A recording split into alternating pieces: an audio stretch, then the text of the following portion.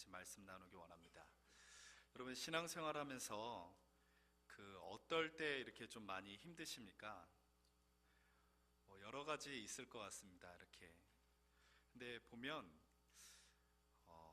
특별히 기다림이라는 것이 신앙생활에 있어서 좀 힘든 부분이 될 때가 참 많이 있는 것 같습니다. 근데 이 기다림이라는 것이 신앙생활뿐만 아니라 일반 생활에서도 기다리는 것은 썩 유쾌한 것으로 이렇게 다가오지 않을 때가 있습니다. 우리가 보면 보통 공부하는 학생들한테 있어서 어려워하는 과목이나 싫어하는 과목을 이렇게 보면 주요 과목들에 대해서 이렇게 좀 싫어하는 사람들이 많이 있습니다. 뭐 암기 과목이나 이런 경우에는 이렇게 노력을 하면은 바로 결과가 그래도 이렇게 보이는데, 뭐 국영수나 이런 주요 과목 같은 경우에는 노력을 이렇게 많이 해도 단기간에 그것이 성과가 나타나지 않기 때문에 낙심되고 좌절될 때가 참 많이 있죠. 그러다 보니까 그런 과목에 있어서는 기다림이 굉장히 요구되는데, 그것들이 우리를 낙심시키는 것처럼 신앙도 보이지 않는 그런 요소들이 많이 있기 때문에 우리 안에 눈으로 바로바로 보여지고 어떤 신앙의 성장이 이렇게 바로바로 느껴지면은 그래도 신앙생활을 할 때 조금 더 수월할 텐데, 그러지 않는 그 기다림이라는 것이 사람들을, 또한 특별히 신앙생활하는 우리에게 힘듦을 주는 것 같습니다. 오늘 말씀에 보면 주님의 재림을 기다리다가 지쳐서 낙심하는 그 성도들에게 베드로가 위로하는 메시지입니다. 사도행전에서 보면 주님이 이제 승천하시고 많은 그 신앙 공동체 사람들이 자기의 재산들을 팔면서 어떤 신앙의 그 공동체를 이루면서 서로 내 거 네 거 없이 한 가족처럼 지냈습니다. 그러다가 그들의 마음속에는 주님이 곧 오시리라는 그 약속을 굳게 믿고 이제 곧 오시겠지 하는 마음에서 다 그렇게 했어요. 그런데 10년, 20년, 30년이 돼도 그 곧 오시라는 그 약속이 바로 실현이 되지 않는 거예요. 그러니까 성도님들 같은 경우에는 낙심이 되는 거예요. 그러면서 여전히 로마 시대에 그 식민지로 있는 그들의 삶이 그들을 더 괴롭게 만드는 것이죠. 그러면서 그들에게 있어서 그 주님의 재림하시는 그 날의 확실성이 점점 약해지면서 사람들은 무기력함에 빠지고 낙심하게 되는 것입니다. 그런데 오늘 베드로가 보면 그들한테 있어서의 시간과는 어떻게 보면 우리가 일반적으로 알고 있는 그냥 절대적인 시간관이었습니다. 근데 오늘 베드로가 오늘 말씀을 통해서 주시는 것은 하나님의 시간관이 우리와 다르다라는 것을 말씀을 통해서 이야기하고 있습니다. 우리 8절 말씀 다시 한번 읽어보기 원합니다. 사랑하는 자들아, 주께는 하루가 천년 같고 천년이 하루 같다는 이 한 가지를 잊지 말라. 이것이 그냥 보통 사람들에게 오늘날처럼 과학시대 절대적인 시간을 가지고 있는 우리에게 이 의미가 무엇일까 잘 이해가 되지 않을 수 있습니다. 그런데 이 시간관을 우리가 곰곰이 묵상해 보면 우리의 삶 가운데 시간에는 절대적인 시간이 있지만 또한 상대적인 시간이 있음을 우리가 깨닫게 됩니다. 대표적으로 우리가 성경에서 창세기 30장 19절을 보면 그 야곱이 라헬을 사랑해서 봉사를 하면서 다른 시간을 우리에게 설명해 주고 있습니다. 야곱이 라헬을 위하여 7년 동안 라반을 섬겼으나 그를 사랑하는 까닭에 7년을 며칠같이 여겼더라. 분명히 이 야곱은 7년이라는 혹독한 시절을 보냈어요. 세월을 보냈는데 그럼에도 불구하고 그것이 객관적인 7년의 느낌으로 다가온 것이 아니라 이 사랑하는 사람 때문에 전혀 다른 시간을 경험하게 되는 것이죠. 그런데 우리에게는 우리는 항상 객관적인 시간대로 살아간다고 여기지만 우리의 삶을 돌이켜보면 주관적인 시간들이 더 많이 우리를 좌우합니다. 특별히 신앙의 성숙에 있어서는 이 주관적인 시간이 정말로 중요하거든요. 여러분 보면 이렇게 모르겠습니다. 이렇게 데이트를 하면서 결혼하셨는지 어쩐지 모르겠는데 보통 이제 연인들이 있어서 서로 사랑을 하고 만납니다. 그러면은 이제 만난 지 얼마 안 됐는데 집에서 이제 전화 와요. 금방 전화 와서 언제 들어올 거니? 하고 하면 만난 지 얼마 안 됐는데, 근데 그 만난 지 얼마 안 된 거는 사실 아니거든요. 몇 시간 만났는데도 불구하고 그렇게 만난 지 얼마 안 된 듯한 그렇게 시간들을 사용하게 된다는 것이죠. 그런데 이것이 신앙생활에 있어서 정말로 중요하다는 것입니다.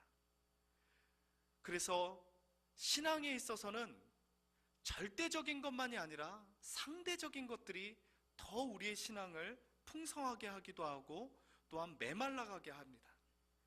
근데 우리가 보면은요, 시간뿐만 아니라 돈도, 시간이나 돈은 공통점이 있는데 이것이 바로 중립적이라는 것입니다.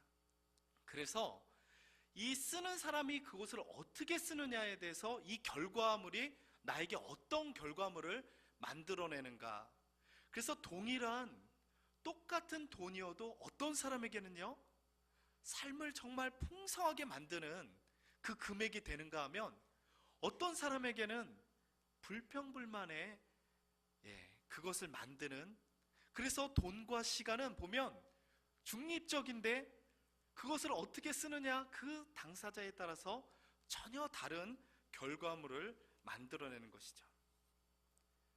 모든 사람에게는 원래 하나님께서 창조하신 그 시간들, 자연의 시간들이 있었습니다. 그래서 많은 사람들이 자연의 시간대로 살아가요. 그런데 하나님께서 이스라엘 백성들을 출애굽시키면서 이제 이 이스라엘 백성들하고는 객관적인 시간만이 아니라 주관적이면서도 신앙의 시간들을 그들에게 제시해 주었습니다. 그것들이 바로 이스라엘에 있는 절기들입니다. 절기들을 따라서 신앙의 성장들을 이루어가는 그 시간들, 우리가 유대인의 3대 절기를 아시죠? 유월절, 맥추절, 초막절. 그것을 7대 절기로 나누면 유월절, 무교절, 초실절, 오순절, 나팔절, 대속제일, 장막절, 12개로도 12개월 단위로도 나눕니다. 그런데 이런 시간들은 우리에게 시간에 대해서 다른 관점으로 살아가도록 하기 위해서, 신앙의 훈련들을 하기 위해서 하나님께서 그 절기들을 기억하고 기념하게 하시면서 우리에게 다른 시간의 삶을 살기를 원하도록 하는 훈련들이었습니다. 이 의미 하나하나를 다 이 시간에 이야기하면 좋겠지만 시간 여건상 그렇게 할 수 없고, 관심 있으신 분들은 1월달 저희 교사 그 교육을 매월 2번씩 하거든요. 그때 꼭 참석하셔도 괜찮습니다.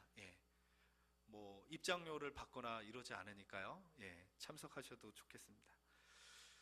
근데 이런 이제 유대인의 절기가 기독교로 오면서는 예수 그리스도의 생애를 기념하면서 절기들을 만들었습니다. 그것이 바로 우리가 알고 있는 교회력입니다. 그런데요, 그 교회력에는 큰 줄기가 있습니다. 그것은 우리가 곧 맞이하게 될 성탄절의 축제, 성탄절 주기가 있고요, 그 다음에 부활절의 주기가 있습니다. 성탄절의 주기는 탄생입니다. 주님과 함께 내가 새로운 시간 속에서 내가 탄생되는 것입니다. 그리고 부활절의 주기에는 내가 새롭게 주님과 함께 죽는 것입니다. 그러나 그 죽음에는 그냥 죽음만이 있는 것이 아니라 새로운 존재로 덧입으면서 새로운 가치관으로 다시 태어나는 생명의 시간이 있는 것이죠. 그래서 부활절 주기에는요, 성탄절 주기에는 강림절, 성탄절, 그리고 주님이 나타난 주연절이 있습니다. 그리고 부활절 주기에는 사순절, 사순절은 성회일로부터 부활절 전날까지 40일간을 주님과 함께 광야의 여정을 걷는 것입니다. 그러면서 주님의 그 고난에 동참하면서 때로는 단식도 하고 참회를 하는 시간들을 갖습니다. 그리고 부활절을 맞이하고요, 그 다음에 오순절, 특별히 오순절날 우리가 성령의 강림을 기다리면서 맞이하게 되는 것입니다. 그리고 일반 보통의 시간들이 있는데, 이 시간은 우리가 성령님의 임재하심을 경험하고 그것을 삶으로써 살아가는 시간들, 보통 시간들이 있습니다. 그렇게 구성이 되면서 이 1년 12달을 바로 교회력으로 그렇게 우리의 시간들을 보내게 되는 것이죠. 근데 이 교회력이 4세기 예루살렘 감독 시릴에 의해서 만들어졌습니다. 이 사람이 다 만든 것은 아니고, 이 사람이 크게 만들면서 그것이 시간이 지나면서 하나하나 그렇게 구체적으로 만들어지게 되는 것입니다. 그런데 우리가 세상을 살 때 여러분, 세상의 시간대로 살 수 있습니다. 간단하게 우리가 달력대로 살 수가 있어요. 그러나 우리가 때로는 신앙인이 교회력으로 내 1년을 한번 살아볼 수도 있습니다. 아직 저는 그런 준비는 잘 못했는데, 제가 그런 공부를 하면서 교회력을 통해서 시간들을 보내면서 자기의 신앙의 영적인 성숙들을 하나하나씩 경험하는 것들을 보게 돼요. 그런 간증과 훈련들을 보게 되면서 너무나도 의미 있음을 경험하게 됩니다.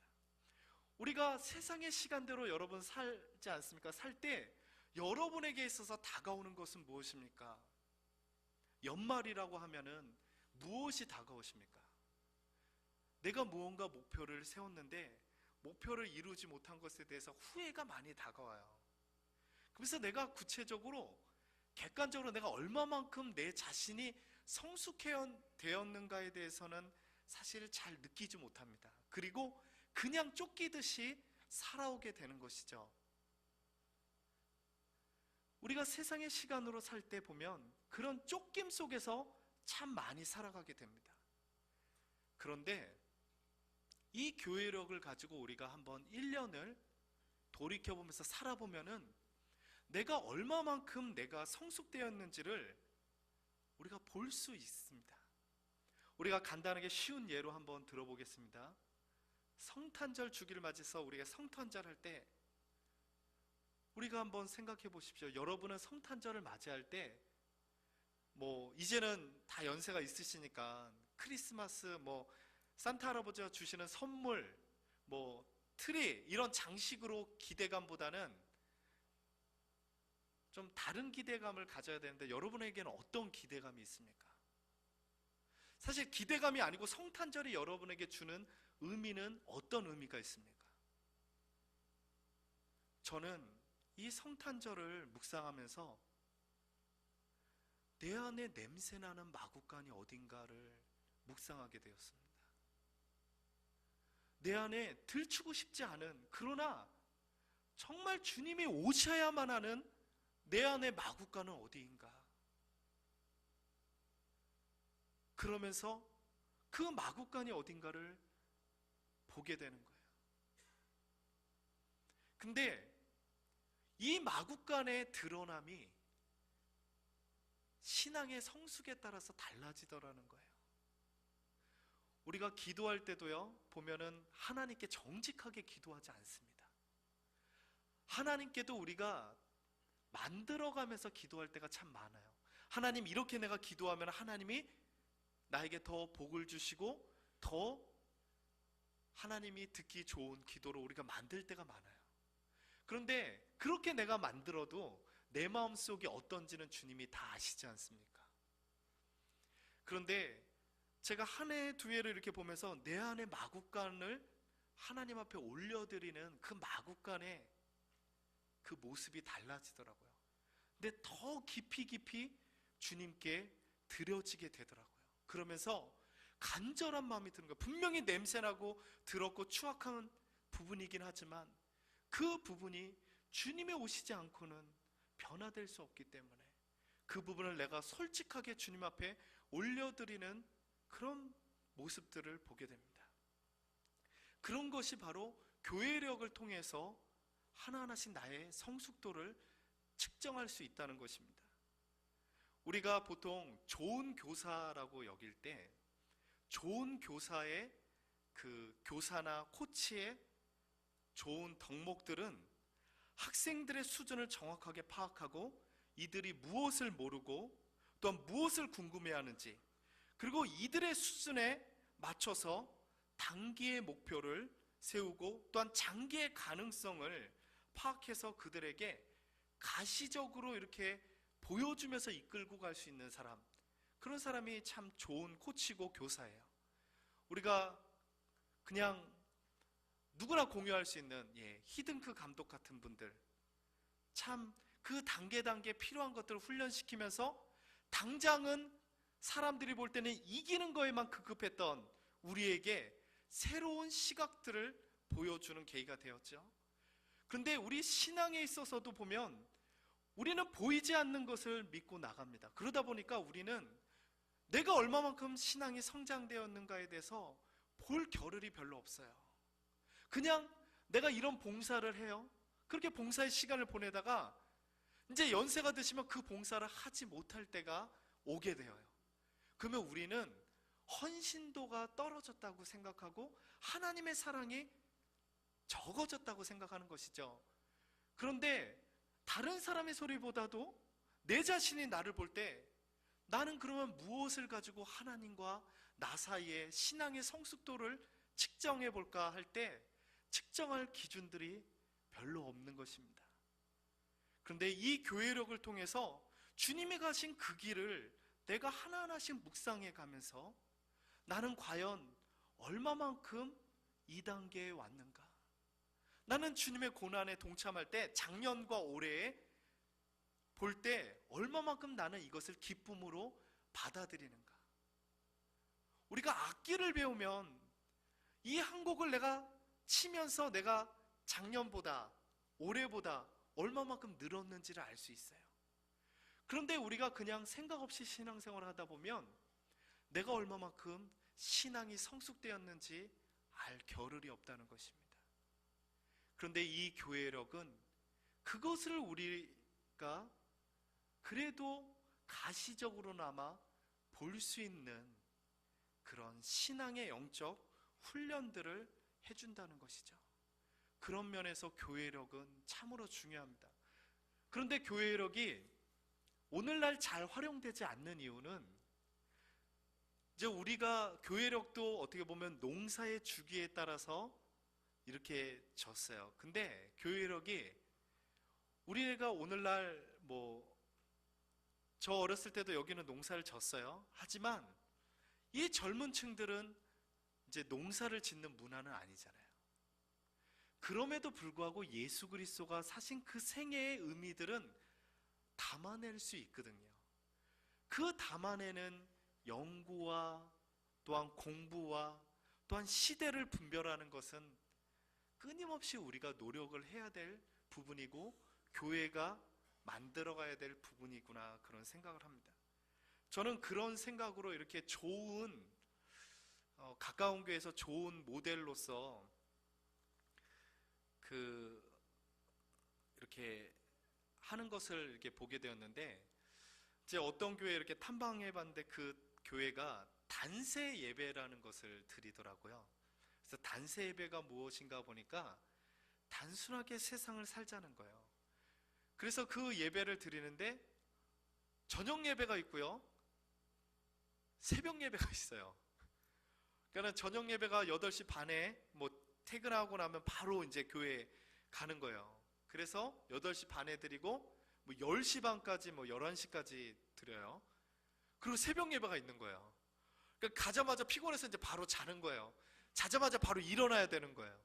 그렇게 20일을 드리더라고요. 그러면 이제 우리는 이런 생각이 들죠. 이렇게 나 죽여라, 배째라 이런 생각이 드는데, 근데 이제 그것이 처음에는 불평불만이 나오는데 이 단순하게 신앙을 살아가는 것이 얼마나 풍요로운 삶을 나에게 주는가를 하루, 이틀, 3일, 4일 하면서 이제 느껴가는 거예요. 그러면서 그 성도님들 중에 좀 더 길었으면 좋겠다. 그게 끝날 때쯤에 그냥 인사치레로 얘기하는 말일 수 있겠죠. 이제 목회자는 이제 잘 들어야 되긴 하겠지만 어쨌든 그 성도들이 이렇게 그것을 통해서 영적인 어떤 훈련들을 경험하게 되고 변화들을 경험하게 된다는 것입니다.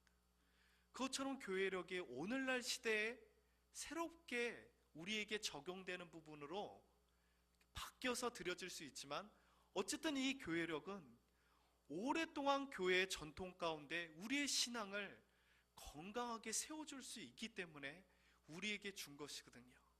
근데 우리는 이 교회력에 대해서 좀 잘 많이 모르는 것 같아요. 그리고 정말 아름답게 잘 영성 훈련 차원에서 이렇게 활용되지 못하는 것 같아요. 그런 부분들이 참 많이 안타깝지 않은가 이런 생각을 하게 됩니다. 근데 오늘 말씀해 보면 베드로는 비록 교회력에 의존해서 신앙생활을 하지 않았지만 예수 그리스도가 그 살아신 그 예수님의 생애를 돌이켜보면서 정말 주님께서 왜 재림이 늦어지는가를 깊이 깨닫게 되었습니다.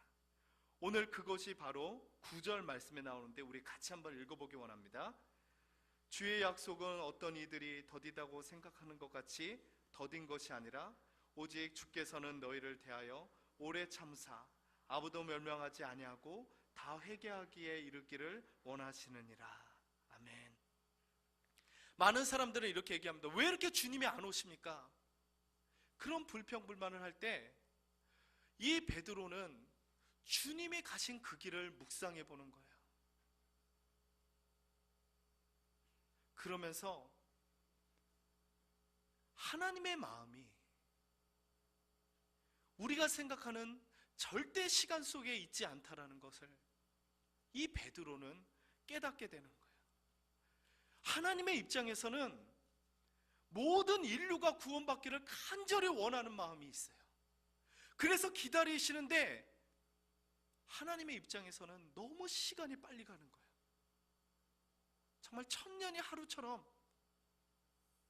그런데도 하나님이 이 세상을 바라보면서는 구원할 백성들이 너무나도 많은 거죠. 그런데 벌써 1000년이 가고 2000년이 갔어요.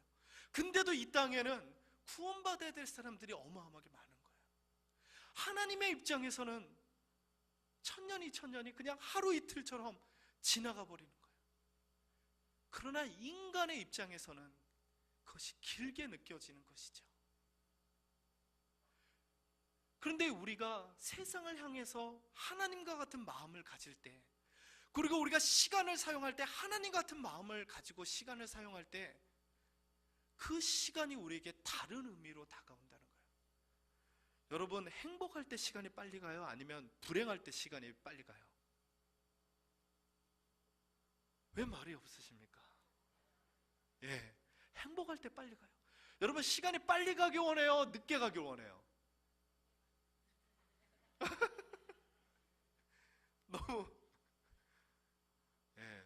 늦게 고생하면서 살기 원하십니까?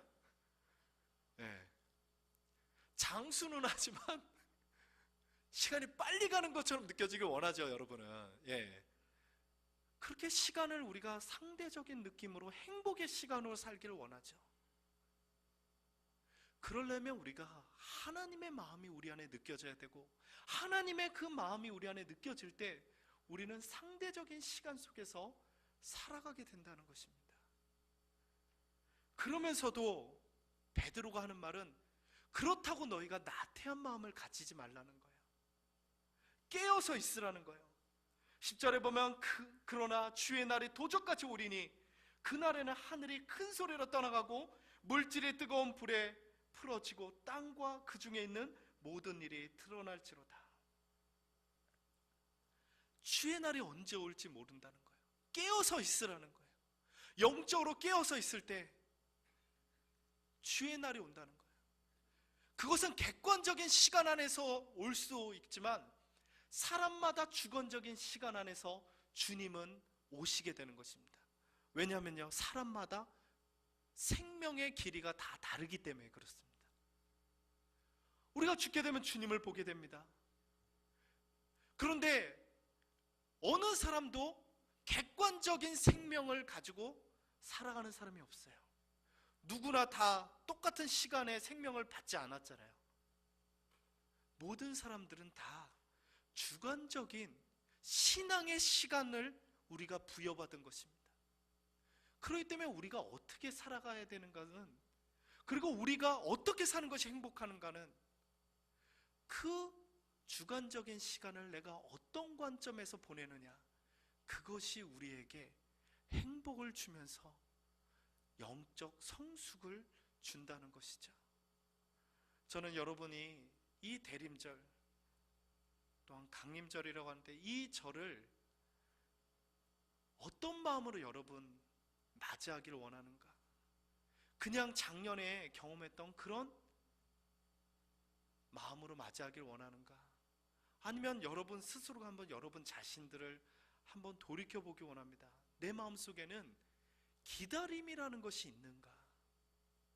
만약에 여러분이 주님이 내 안에 성육신하실 것을, 임마누엘의 하나님으로 오실 것을 기다리는 마음이 없다면 불행하지만 여러분은 지루한 삶을 살아가고 있는 것입니다.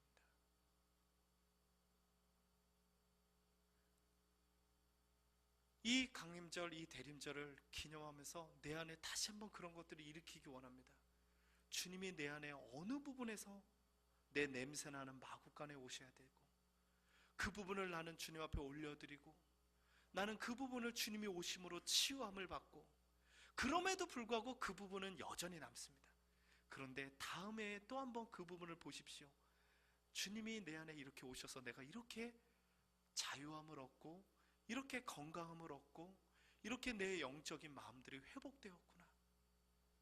우리는 그런 것들을 돌이켜볼 수 있습니다. 저도 저 자신을 돌이켜보면서 내가 예전에는 이런 것에 참 많이 상처받고, 내가 많이 위축되고, 내가 많이 사람들의 소리에 좌우되었는데, 이제는 내 안에서 주님의 소리가 더 크게 들리는구나. 때로는 기특한 마음이 들어요. 여러분 기특하게 안 볼지 모르지만 저는 들어요. 왜냐하면 저는 객관적으로 그 시간 안에서 저를 점검해 볼 수 있기 때문에.